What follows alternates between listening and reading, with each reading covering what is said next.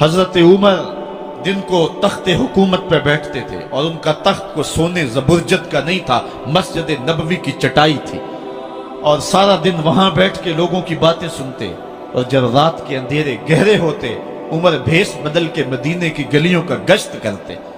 کہا تمہارے گھر سے دھواں نکل رہا ہے اور بچے رو رہے ہیں، ان کو کھانا کیوں نہیں دیتی؟ کہنے لگی عمر کی جان کو رو رہی۔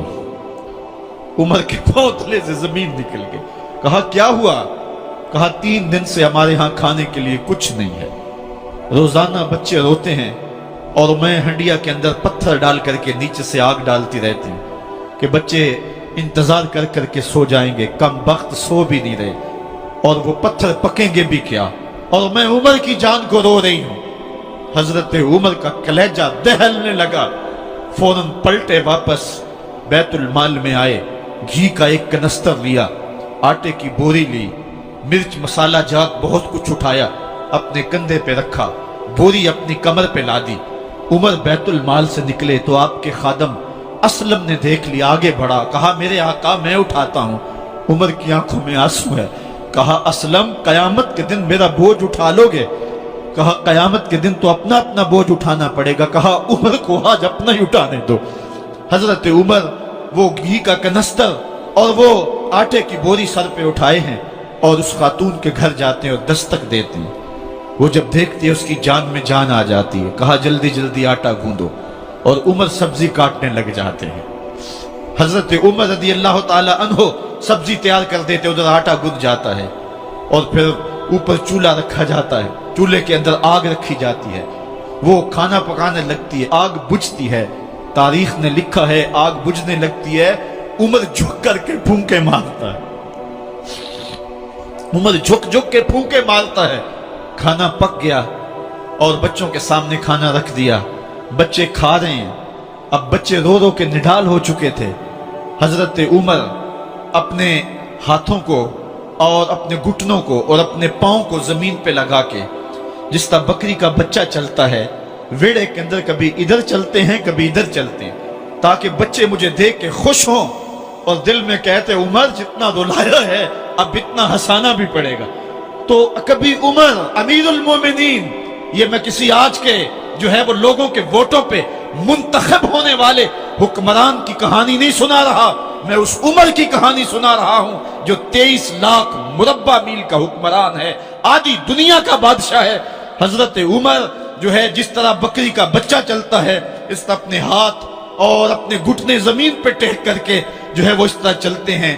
بچے عمر کو دیکھ کے مسکراتے ہیں۔ جب بچے مسکرانے لگے تو حضرت عمر نے اس خاتون سے کہا بڑھیا عمر کو معاف کر دے۔ اس نے کہا تو اتنی ہمدردی کیوں کرتا ہے؟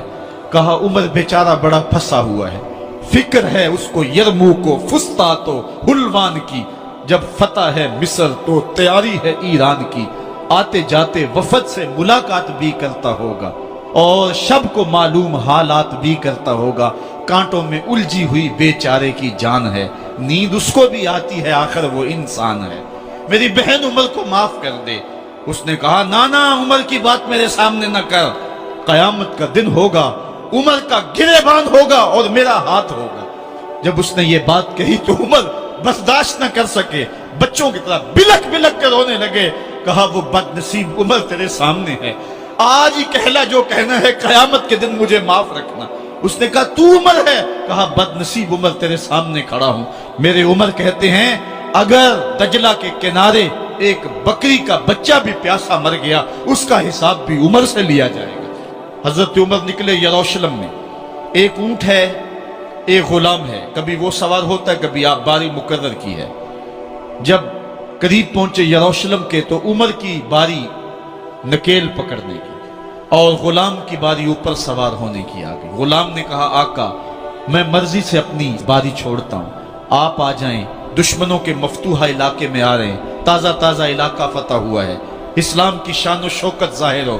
عمر نے کہا اسلام کی شان و شوکت ایسے ظاہر نہیں ہوتی ہے، اپنی باری پہ تم بیٹھو گے، اپنی باری پہ میں بیٹھوں گا۔ لوگ منتظر کھڑے ہیں، دور سے جب دیکھا کہا اس کی ہیبت سے کانپتے تھے ہم، یہ تو کوئی حبشی لگتا ہے، رنگ کالا ہے، ہونٹ موٹے ہیں، اس سے تو زیادہ حسین اس کا غلام ہے جو آگے آگے چل رہا ہے۔ حضرت ابو عبیدہ نے کہا دھوکہ کھا رہے ہو، ہمارا آقا وہ نہیں ہے جو اونٹنی کے اوپر سوار ہے، ہمارا آقا وہ ہے جو لگام تھامے آگے آگے چل رہا ہے۔ حضرت عمر رضی اللہ تعالیٰ عنہ کو آگے بڑھ کے جابیہ کے مقام پہ حضرت ابو عبیدہ بن جراح نے استقبال کیا، تو حضرت عمر آگے بڑھے اور انہوں نے آگے بڑھ کر کے حضرت ابو عبیدہ کے دونوں کندھوں پہ ہاتھ رکھا، اور سنو حضرت عمر نے کیا کہا، کہا لا الہ الا اللہ انا کنا اذل قوم فاعزنا اللہ بالاسلام۔ کہا کہ لا الہ الا اللہ، اے ابو عبیدہ بن جراح، ہم ایک ذلیل قوم تھے اور اللہ نے ہمیں اسلام کی وجہ سے عزت عطا کی ہے۔ اور میں تمہیں ایک تاریخ ساز بات کہنے لگا ہوں، اور وہ یہ ہے کہ جب تک ہم اس عزت والے اسلام کے دامن کو تھامے رہیں گے ہماری عزت قائم رہے گی، اور جب اسلام کے علاوہ کسی اور جگہ سے عزت ڈھونڈیں گے تو رسوا کر کے رکھ دیے جائیں گے۔ یہ ہے وہ خلاصہ جو حضرت عمر نے امتوں کے عروج و زوال کا بیان کیا ہے۔ اس امت کو جو خیرات ملی ہے تخت و تاج کی، وہ پینٹاگون سے نہیں ملی، وہ واشنگٹن سے نہیں ملی، وہ وائٹ ہاؤس سے نہیں ملی، وہ محمد عربی کے جوڑوں کا صدقہ ملی ہے۔ اس لیے جب ہم نے اسلام سے انحراف کیا، پاکستان حاصل کیا گیا تھا۔ پاکستان کا مطلب کیا؟ لا الہ الا اللہ۔ ہم نے اس نعرے کو چھوڑ دیا ہوا ہے، ہم نے انحراف کر دیا ہے۔ آج ہماری نظریں مغرب کی طرف لگی ہے کہ تخت و تاج اس سے نصیب ہوتے ہیں، اور دنیا کے اوپر ہم رسوا ہو کے رہ گئے۔ ہماری پستی، ہماری زبوحالی، ہماری ذلت کا سبب یہ ہے کہ جس جگہ سے ہمیں عزت ملی تھی ہم نے وہ مرکز ہی چھوڑ دیا ہے۔ اس مرکز حیات کو، اس مرکز زندگی کو، اس مرکز عزت کو ہم نے چھوڑ دیا ہے، اور دنیا کے اوپر ہم رسوا ہو رہے ہیں۔ انہی حضرت عمر کی کہانی ہے۔ وادی تہامہ سے گزر رہے تھے کہ بچوں کی طرح بلک بلک کے رونے لگے۔ کہا عمر جوان آدمی ہو اور بچوں کی طرح بلک کے رو رہے ہو؟ کہا تم نہیں جانتے، مجھے بچپن کی کہانی یاد آ گئی۔ کہا کیا کہانی ہے؟ کہا یہی عرض تہامہ تھی، میرے باپ خطاب نے مجھے 5 اونٹ دیے تھے، کہا انہیں لائن میں کھڑا کرو سیدھا۔ میں آگے والا سیدھا کرتا تھا، پیچھے والا ٹیڑھا ہو جاتا، پیچھے والا سیدھا کرتا، آگے والا ٹیڑھا ہو جاتا۔ میرے باپ خطاب نے مجھے بڑا مارا۔ کہا ایک عرب کے بیٹے ہو کہ تم سے 5 اونٹ لائن میں کھڑے نہیں ہوتے؟ کہا ایک زمانہ عمر پہ وہ تھا کہ اس سے 5 اونٹ لائن میں کھڑے نہیں ہوتے تھے، اور آج شرق سے لے کر غرب تک 23 لاکھ مربع میل کی حکمرانی، اور انسان بھی لائن میں کھڑے ہیں۔ یہ محمد عربی کے جوڑوں کا صدقہ نہیں ہے تو اور کیا ہے؟ عمر سے تو 5 اونٹ لائن میں کھڑے نہیں ہوتے تھے۔